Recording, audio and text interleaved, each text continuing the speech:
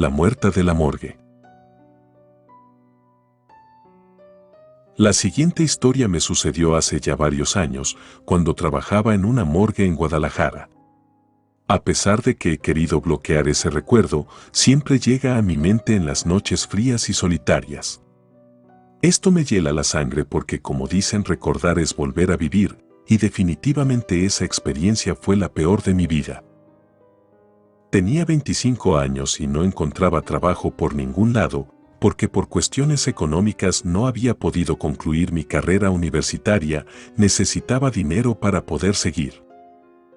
Obtuve un trabajo de mesero en un restaurante en las afueras de la ciudad, pero me despidieron una semana después.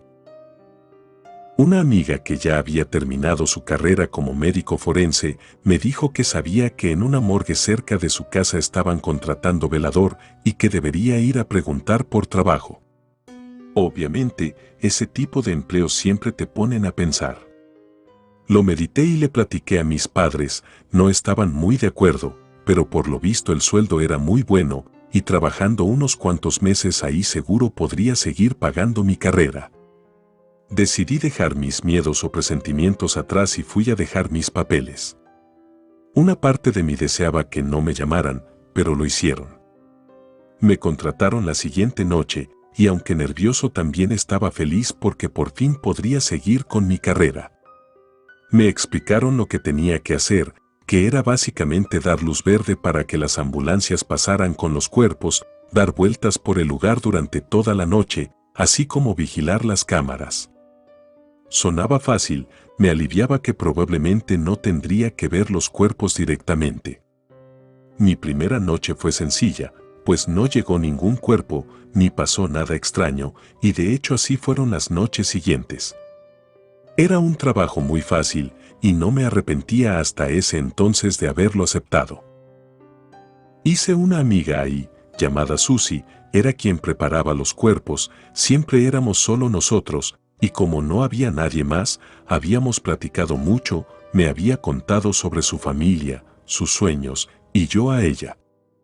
Nos habíamos vuelto muy buenos amigos. Me dijo que su trabajo le gustaba mucho, que después de 5 años ahí, ya se había acostumbrado a preparar cuerpos, pero que lo único que no le gustaba era el tema paranormal, ya que era un lugar con mucha energía, siempre pasaban ese tipo de cosas, unas más fuertes que otras, pero nunca había paz. Me contó que una vez se la tuvieron que llevar al hospital, porque el susto que le dieron hizo que se desmayara. Me dijo que una noche, mientras preparaba el cuerpo de una mujer que había sido atropellada, escuchó un fuerte golpe en la parte de arriba, como si algo hubiera caído.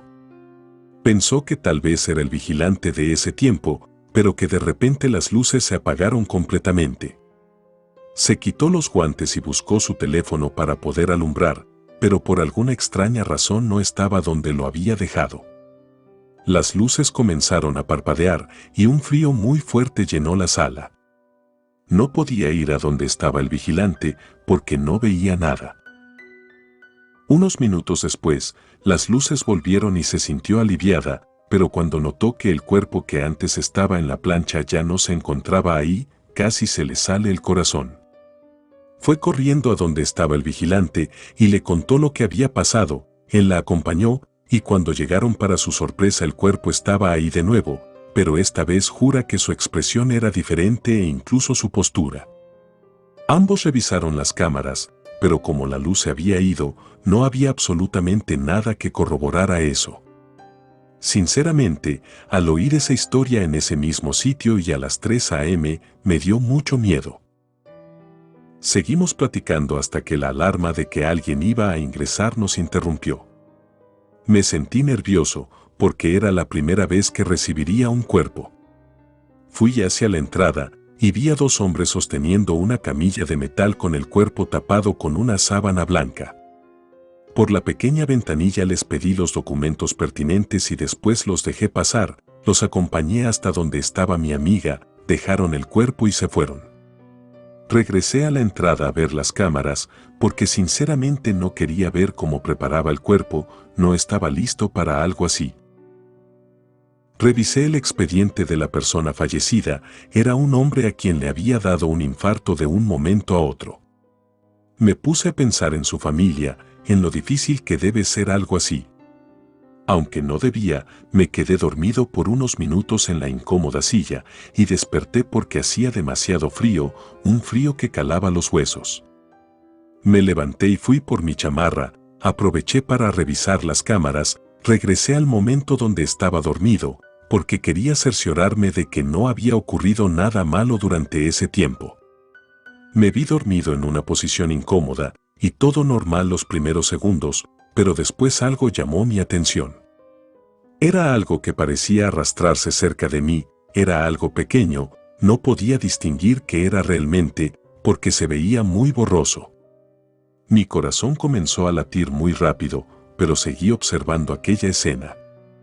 Esa criatura se levantó del piso y se colocó a un lado mío. Lo más sorprendente es que con lo que parecía ser su mano, tocó mi hombro, y en ese momento fue que me desperté, porque sentí aquel frío.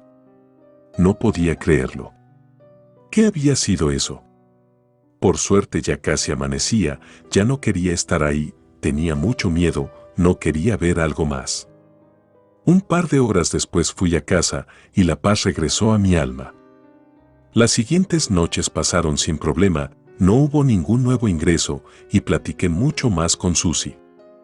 Le conté lo que me había pasado esa noche y me dijo que no le sorprendía, que ya había tenido suerte de que no me hubiera pasado nada así antes. Me recomendó no darle tanta importancia a ese tema, porque si no podría salir afectado.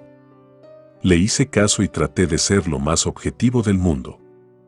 Ya llevaba un mes ahí, y solo había ingresado una persona, así que me gustaba el trabajo, me la pasaba platicando con mi nueva amiga, vigilando las cámaras, y ya. Una de esas noches llegó otro cuerpo. Esta vez Susi me pidió que la acompañara mientras lo preparaba, pero le puse el pretexto de que tenía que revisar los documentos y limpiar la entrada.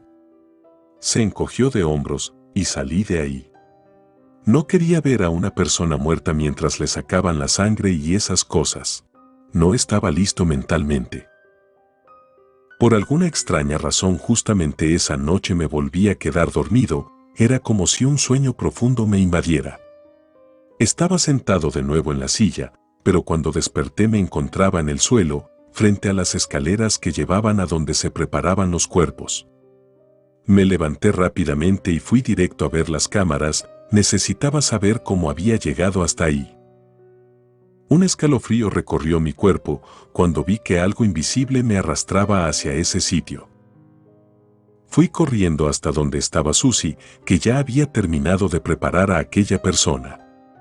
Le conté lo que había pasado y me acompañó a ver las cámaras, pero ya no se veía nada, la pantalla estaba completamente negra justamente en esos minutos. Ella me dijo que me creía, que después de tantos años sabía que ese tipo de cosas pasaban, que debía mantenerme tranquilo. Traté de calmarme y de no pensar en esas cosas, pero hubo un suceso que hizo que incluso renunciara. Sucedió un martes, estaba tomando café más o menos a la medianoche, cuando escuché que alguien tocaba el vidrio de la puerta de entrada. Vi por las cámaras y era una mujer joven y bastante bonita. Abrí la pequeña ventanilla y le pregunté qué se le ofrecía. Me dijo que su novio la había dejado cerca porque habían peleado y que la verdad tenía mucho miedo y frío, que si la podía dejar pasar. Le dije que lamentaba mucho su situación, pero que si la dejaba pasar podría meterme en problemas. Me comenzó a suplicar que la dejara entrar. No podía dejarla ahí sola, algo malo le podía llegar a pasar. Le dije que estaba bien, pero que no le dijera a nadie, y ella aceptó. No me preocupé por las cámaras, ya que normalmente nunca las revisaban, a menos que hubiera algún inconveniente. Se sentó en la silla y le ofrecí café.